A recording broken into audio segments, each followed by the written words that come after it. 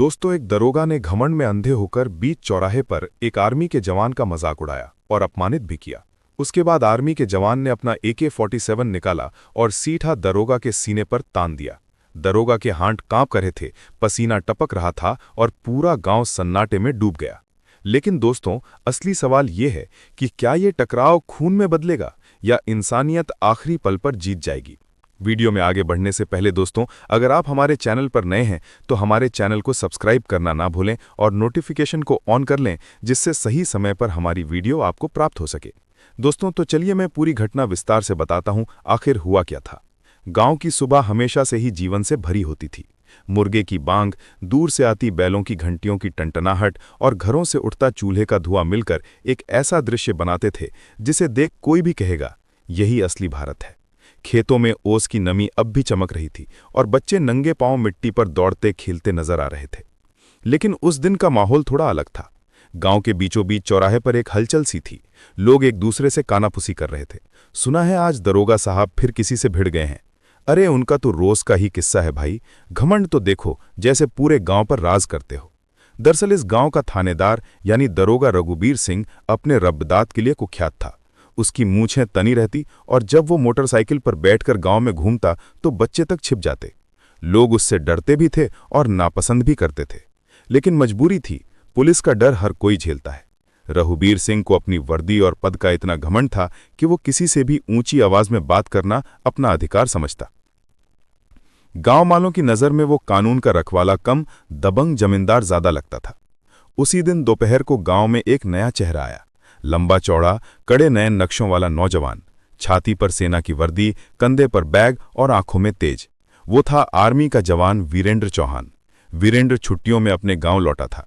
महीनों बाद वो मिट्टी की खुशबू महसूस कर रहा था। खेतों से गुजरते हुए उसने गहरी सांस ली और खुद से कहा, यही तो है असली ताकत, अपनी धरती, अपनी मिट्टी।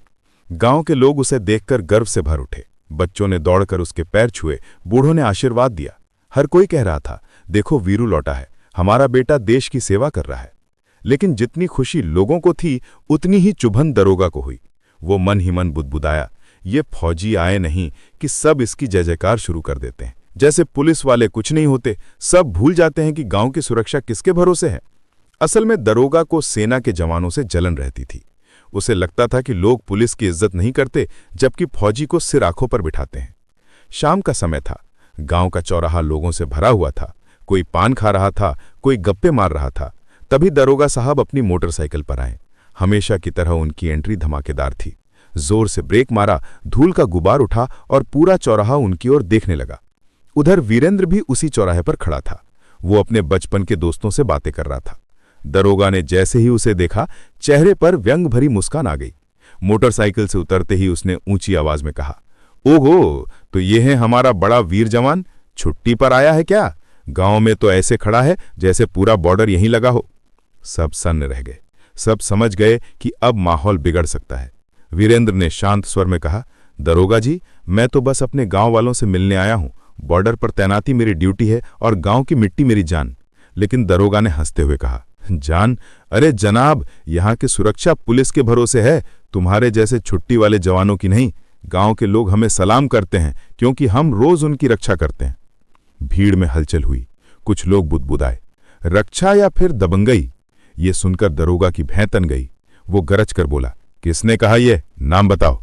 लेकिन वीरेंद्र ने आगे बढ़कर भीड़ को चुप करा दिया।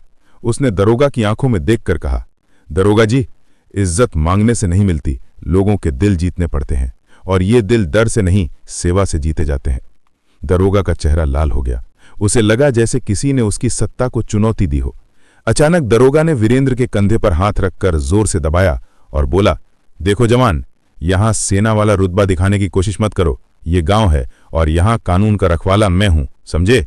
वीरेंद्र ने धीरे से उसका हाथ हटाया और दृढ़ स्वर में कहा, कानून का रखवाला बनने का हक तभी है जब इंसाफ भी किया जाए, और अगर इंसाफ की जगह सिर्फ डर और घमंड दिखाओगे तो लोग तुम्हें कभी दिल से नहीं मानेंगे। ये सुनकर दरोगा गुस्से से कांप उठा। भीड़ अब और भी ज्यादा इकट्ठा हो चुकी थी। सबकी निगाहें दोनों पर टिकी हुई थी। दरोगा ने ऊंची आवाज में कहा, तुम्हें लगता है कि ये लोग मुझे नहीं मानते? चलो अभी साबित करता हूं। उसने पास खड़े एक दुकानदार को धमकाया, ओ हरिराम, बता गांव का मालिक कौन है? मेरी इज्जत करता है या नहीं? हरिराम घबराकर बोला, जी जी दरोगा जी, आप ही तो सबके मालिक हैं। ये सुनकर वीरेंद्र का खून खौल उठा। उसकी मुट्ठियां कस गई। उसे लगा जैसे उसके गांव की आत्मा को किसी ने अपमानित कर दिया हो। चौराहे पर तनाव की हवा अब और भी ज्यादा भारी हो चुकी थी। सूरज ढलने को था, लेकिन माहौल इतना गर्म था मानो आग की लपटें चारों ओर फैली हों। गांव के बच्चे अपने घरों की छतों पर चढ़कर देख रहे थे और औरतें पर्दों के पीछे से झांक रही थीं। हर किसी की नजर सिर्फ दो लोगों पर थी, दरोगा रघुबीर सिंह और जवान वीरेंद्र चौहान। गांव वाले धीरे धीरे वीरेंद्र के इर्द गिर्द जमा हो रहे थे। लोग बुदबुदा रहे थे, अब की बार शायद दरोगा की दबंगई टूटेगी। फौजी है भाई, डरता वरता नहीं किसी से, लेकिन ये पुलिस वाला भी कम नहीं, हथियार लेके चलता है। भीड़ जितनी बढ़ रही थी, दरोगा की बेचैनी भी उतनी ही बढ़ रही थी। उसे लग रहा था कि उसकी पकड़ ढीली हो रही है। उसका चेहरा पसीने से भीगने लगा, लेकिन अहंकार उसे चुप रहने नहीं दे रहा था। वो वीरेंद्र के पास आया और ऊंची आवाज में बोला, सुन जवान, बहुत हो गया। तू सोचता है कि वर्दी पहनकर तू बड़ा शेर बन गया है? ये गांव कोई बॉर्डर नहीं है जहां तू गोली चलाकर अपना रौब दिखा सके। यहां कानून मैं हूं और तेरे जैसे छुट्टी वाले जवानों को मैं मिनटों में ठंगा कर सकता हूं। अब तक वीरेंद्र धैर्य रखे हुए था। उसकी आंखें लाल हो चुकी थीं, लेकिन फिर भी उसने खुद को संभाला हुआ था। उसने गहरी सांस ली और बोला, दरोगा जी, मैं आपकी इज्जत करता हूं क्योंकि आप भी वर्दी पहनते हैं, लेकिन इज्जत जबरन नहीं करवाई जाती। आप जो कर रहे हैं वो वर्दी की तौहीन है। भीड़ में सन्नाटा छा गया। हर किसी को लग रहा था कि अब कुछ बड़ा होने वाला है। दरोगा ने हंसते हुए अपनी कमर से लाठी निकाली और उसे हवा में घुमाकर बोला, तौहीन? तुझे सिखाता हूं तौहीन किसे कहते हैं। वो लाठी लेकर वीरेंद्र की ओर बढ़ा। यही वो पल था जब वीरेंद्र का सब्र टूट गया। उसकी आंखों में खून उतर आया। उसने अपने कंधे से बैग उतारा और उसमें से अपनी AK-47 निकाली। धमाक! हथियार की चमक देखते ही पूरा चौराहा कांप गया। औरतों की चीखें निकल गई, बच्चे डर से छिप गए और गांव के लोग पीछे हट गए। वीरेंद्र ने बंदूक सीधी दरोगा की छाती पर तान दी।